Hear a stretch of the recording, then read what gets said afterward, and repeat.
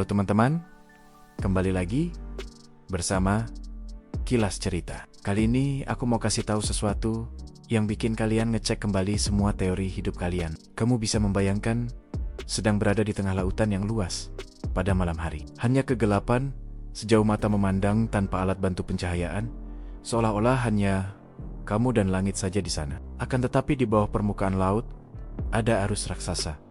Ikan-ikan yang berenang beraktivitas layaknya kehidupan seperti manusia. Dan juga terumbu karang yang saling terhubung semuanya.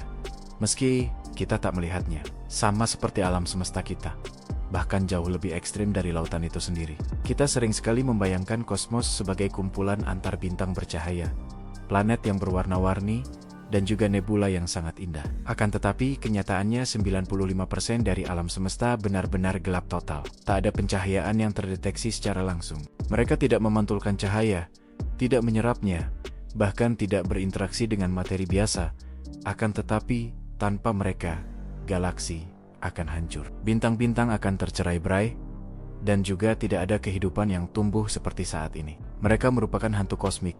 Materi gelap yang mengikat galaksi seperti jaring yang tak kasat mata. Energi gelap yang mempercepat ekspansi alam semesta, bahkan melawan gravitasi. Neutrino partikel yang setiap detiknya menembus tubuh kita tanpa jejak. Dan juga lubang hitam diam yang jumlahnya mungkin mencapai ratusan juta di galaksi kita saat ini.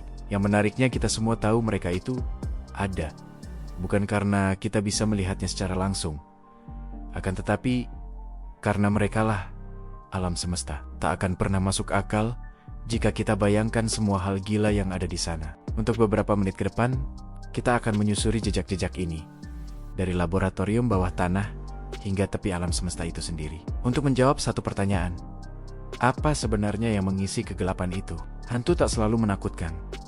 Terkadang mereka justru yang menjaga segalanya agar tetap utuh. Sebelum kita lanjut pembahasannya, bantu Kilas Cerita agar terus berkembang dan memberikan informasi menarik dengan cara subscribe, like, komen, dan juga tonton videonya sampai akhir ya teman-teman. Karena setiap menit yang kalian tonton sangat berarti bagi Kilas Cerita untuk terus berkembang. Terima kasih.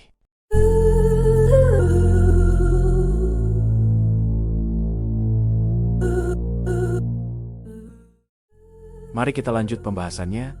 Kita hanya 5% dari cerita yang lebih besar. Fakta paling mengejutkan bukanlah tentang apa yang kita lihat saja, akan tetapi tentang berapa sedikitnya yang bisa kita lihat. Semua yang pernah diamati manusia sejauh ini, bintang, planet, debu antar bintang, bahkan diri kita sendiri pun hanya menyumbang 5% dari total isi alam semesta.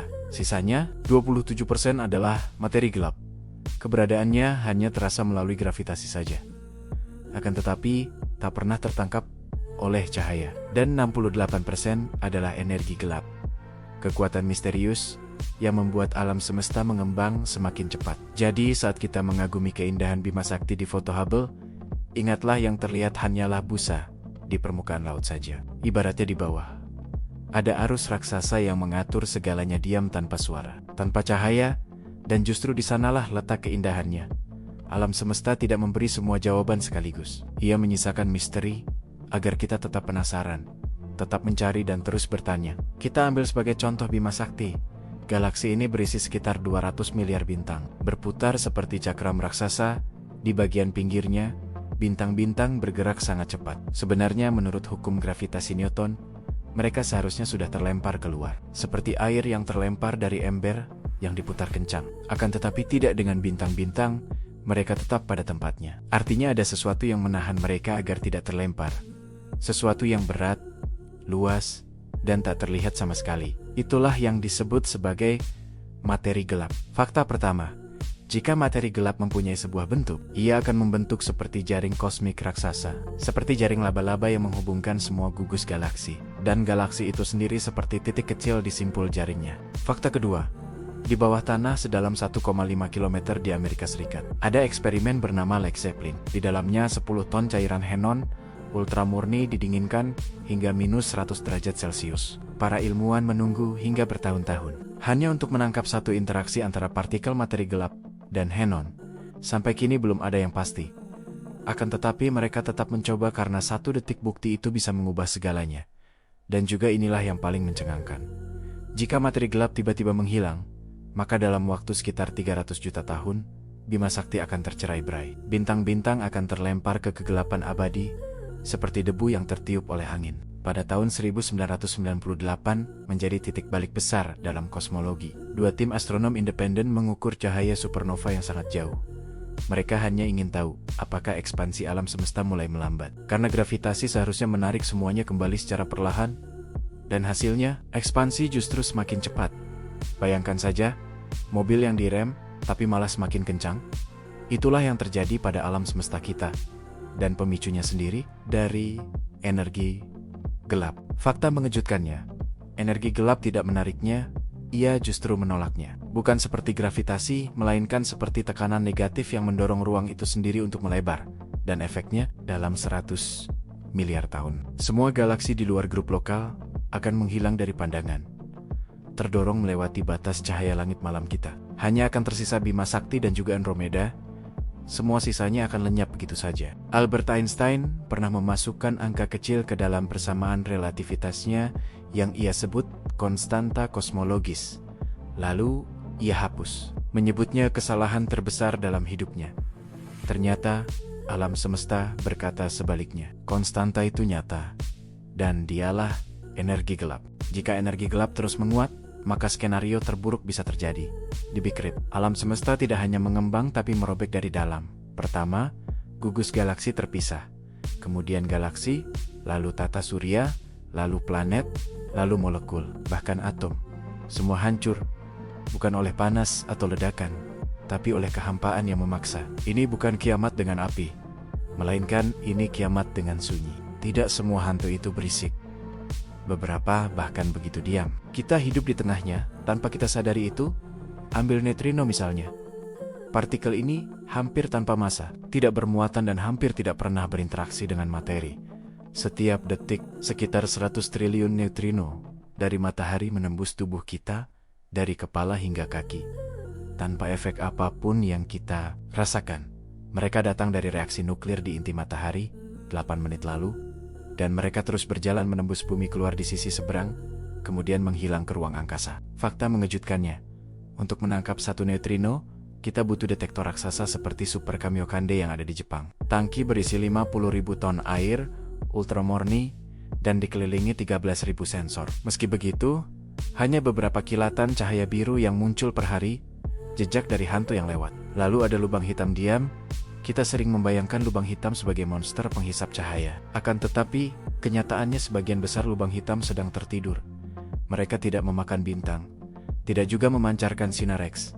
Mereka hanya ada seperti batu di dasar laut. Di galaksi Bima Sakti saja, diperkirakan ada 100 juta lubang hitam yang diam. Artinya, satu dari setiap 1000 bintang mungkin adalah kuburan bintang yang tak bersuara. Dan kita bahkan tidak tahu mungkin salah satunya sedang mengorbit matahari secara diam-diam. Pada tahun 1965, dua insinyur di Bell Labs menemukan sesuatu yang cukup aneh. Suara dengung statis yang tak kunjung hilang dari antena radio mereka, bahkan setelah sarang burung dibersihkan. Ternyata itu adalah cahaya pertama alam semesta yang telah merah tergeser selama 13,8 miliar tahun. Hingga menjadi gelombang mikro, kini kita menyebutnya Cosmic Microwave Background CMB atau radiasi latar belakang kosmik. Fakta mengejutkannya, di peta CMB, ada pola kecil fluktuasi suhu sebesar 0,001%. Tapi dari ketidaksempurnaan kecil itulah galaksi-galaksi lahir.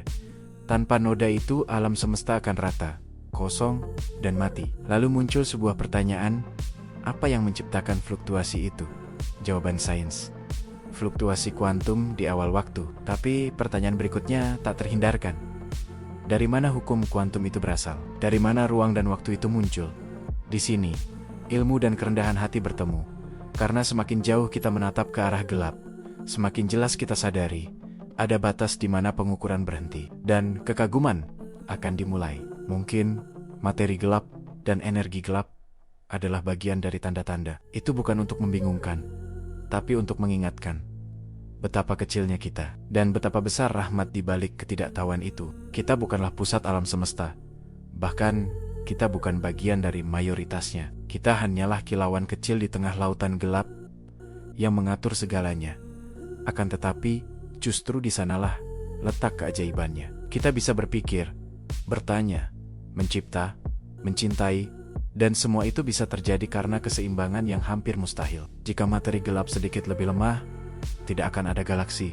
Jika energi gelap sedikit lebih kuat, alam semesta akan robek sebelum bintang mulai lahir. Dan jika neutrino sedikit lebih interaktif, tidak ada supernova, tidak ada besi, tidak ada darah, tidak ada kita saat ini. Artinya keberadaan kita bukanlah kebetulan semata, melainkan hasil dari keseimbangan yang sangat rapuh, yang dijaga oleh hantu yang tak kasat mata. Dan di balik semua presisi itu muncul satu pertanyaan yang tak bisa dijawab oleh sains.